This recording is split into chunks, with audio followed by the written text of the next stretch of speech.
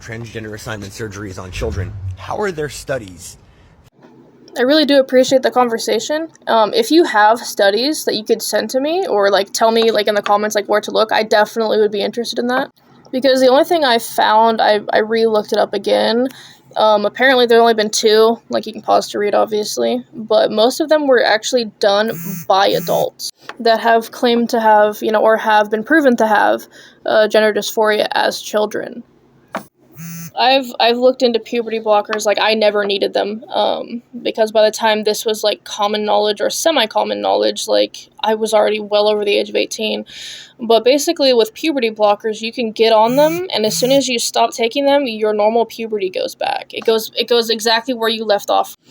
But yes, starting different hormones, you definitely like some infertility might be a thing, like there's ways to like save your eggs or your sperm or stuff like that, but like it's all very much discussed in the studies and on anything. If you Google anything related to it or read into it, like there will be things that says yes, here are the risks and here are the positives. And this is part of one of the studies. I wish I could share like the whole thing or link it somehow, but it's exactly what I was saying. Like you might not have enough penile arterial skin for certain gender affirming procedures, etc. Like, so it is in the science to wait. The only thing that they're saying is like, say you're growing up and you are getting really big chest or this or that. Like they're saying like you can go on puberty blockers to stop the growth of that or stop the growth of facial hair or this or that. But like I said, as soon as you stop taking it, it'll go back to normal if you decide that's not for you.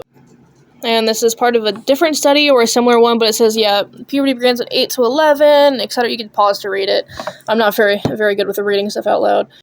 But everything that I have ever seen, I've been looking into this stuff since, like, 2016, like, very frequently. It all says you need the proper medical, like, they do blood tests, they do mental health checks, you see a therapist, psychiatrist, all that stuff.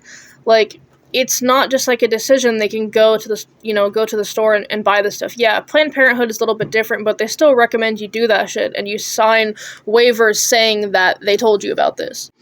So yes, you are right. There is studies that do talk about the adverse effects, the good and the bad, but they are done from adults between 18 to like 37, it says, talking about their prior experience. There's no like currently ongoing one, or one that's been published of kids that are like 10 to 15.